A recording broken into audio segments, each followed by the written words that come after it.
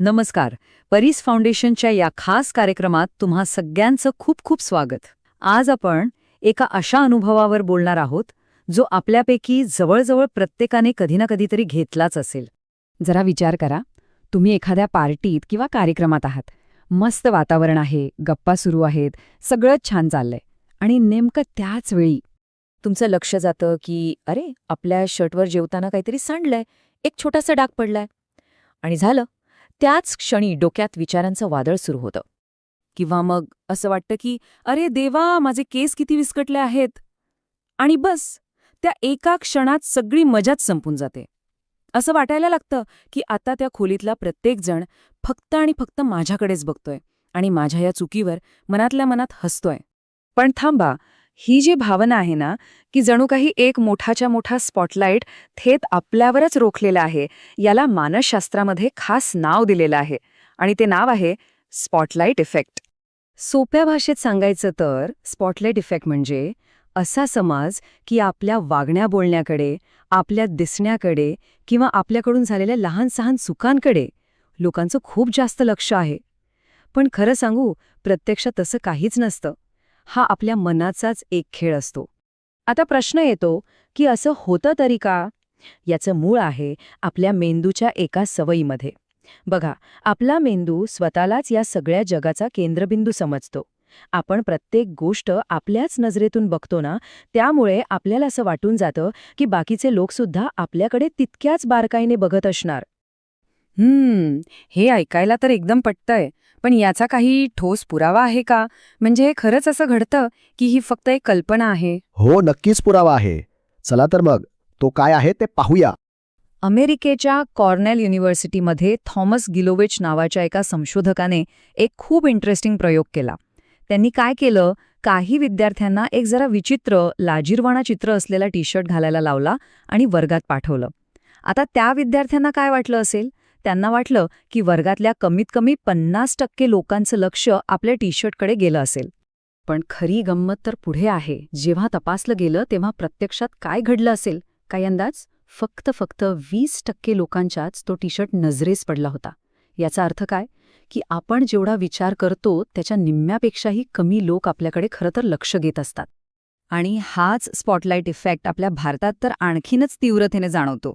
कारण आपल्याकडेही एक भीती सगळ्यांच्या मनात घर करून बसलेली असते. लोक काय म्हणतील? आपल्या संस्कृतीत दुसऱ्यांच्या मताला, त्यांच्या नजरेला खूप जास्त महत्त्व दिलं जातं. अगदी बरोबर. उदाहरणच घ्यायचं झालं तर लग्न समारंभात बायकांना सतत वाटत राहतं की अरे देवा, माझी साडी किंवा माझे दागिने कसे दिसतायत, सगळे नक्कीच यावर बोलणार. किंवा बघा, एखादा विद्यार्थी सगळ्यांसमोर इंग्रजी बोलताना थोडा अडखळला की लगेच त्याच्या मनात येतं, बापरे, सगळे मलाच हसत असतील. पण खरं तर समोरच्याला तुमच्या बोलण्यातला अर्थ महत्वाचा असतो, तुमचं व्याकरण नाही. पण यातली चांगली बातमी ही आहे की या भीतीवर, या ताणावर आपण सहज मात करू शकतो. चला तर या काल्पनिक स्पॉटलाईटमधून बाहेर पडण्यासाठी 3 सोप्या युक्त्या पाहूया. या 3 स्टेप्स आहेत. पहिली, रिव्हर्स विचार करा, म्हणजे उलट विचार करा. दुसरी, लोकांची स्मरणशक्ती खूप काही चांगली नसते, हे लक्षात ठेवा. आणि तिसरी, स्वतःकडे तिसऱ्या व्यक्तीच्या नजरेतून पहा. चला, एक एक करून या टिप्स समजून घेऊया. पहिली स्टेप आहे रिव्हर्स रियालिटी चेक. म्हणजे काय, की जेव्हाही तुम्हाला वाटेल की सगळे तुमच्याकडेच बघतायत, तेव्हा स्वतःला एक साधा प्रश्न विचारा. मागच्या वेळेस आपण पार्टीत गेलो होतो तेव्हा आपल्या मित्राने किंवा मैत्रिणीने नक्की कोणते कपडे घातले होते? आठवतंय का? नाही ना? बस, ह्यातच सगळं उत्तर आहे. जर आपण स्वतः इतरांच्या लहान सहान गोष्टी लक्षात ठेवत नाही तर ते आपल्या का ठेवतील? आता दुसरी टिप, लोकांच्या स्मरणशक्तीवर अजिबात अवलंबून राहू नका. समजा क्षणभर कोणी तुमची चूक पाहिली तरी लोक ती गोष्ट फार काळ लक्षात ठेवत नाहीत. अहो, लोकांना त्यांच्या स्वतःच्या आयुष्यात एवढी टेन्शन्स असतात की तुमच्या चुकांवर विचार करायला त्यांच्याकडे वेळ आणि मानसिक ऊर्जा दोन्ही नसतं. आणि तिसरी, सगळ्यात महत्वाची टिप, स्वतःकडे एका त्रयस्थ व्यक्तीच्या नजरेने बघा. अशी कल्पना करा की तुम्ही त्या खोलीच्या एका कोपऱ्यात उभे आहात किंवा एखाद्या ड्रोन कॅमेऱ्यातून स्वतःला त्या गर्दीत बघत आहात. तुम्हाला लगेच जाणवेल की तुम्ही त्या गर्दीचाच एक छोटासा भाग आहात आणि तुमच्या त्या छोट्याशा चुकीकडे खरं तर कुणाचंच लक्ष नाहीये. हा विचार तुम्हाला लगेच शांत करतो. तर या सगळ्या चर्चेतून आपण काय शिकलो? आपण हे शिकलो की तो जो स्पॉटलाईट आहे ना, जो आपल्यावर रोखलेला आहे असं आपल्याला वाटतं, त्याचा रिमोट कंट्रोल खरं तर आपल्याच हातात असतो. ही एक गोष्ट कायम लक्षात ठेवायला हवी. बघा, तुम्ही तुमच्या आयुष्याच्या सिनेमाचे हिरो नक्कीच आहात, पण इतरांच्या आयुष्याच्या सिनेमात तुम्ही फक्त एक बॅकग्राऊंड आर्टिस्ट असता. ही एक जाणीवसुद्धा तुम्हाला खूप मोकळं करून जाते. म्हणूनच तो स्पॉटलाईट लोक काय विचार करतील यावरून हटवा आणि मला कशात आनंद मिळतो, मला काय करायला आवडतं यावर फोकस करा. स्वतःच्या लहान सहान चुकांना उगाचच मोठं करणं सोडा आणि एकदम बिनधास्त जगा. जाता जाता तुमच्यासाठी एक छोटासा विचार.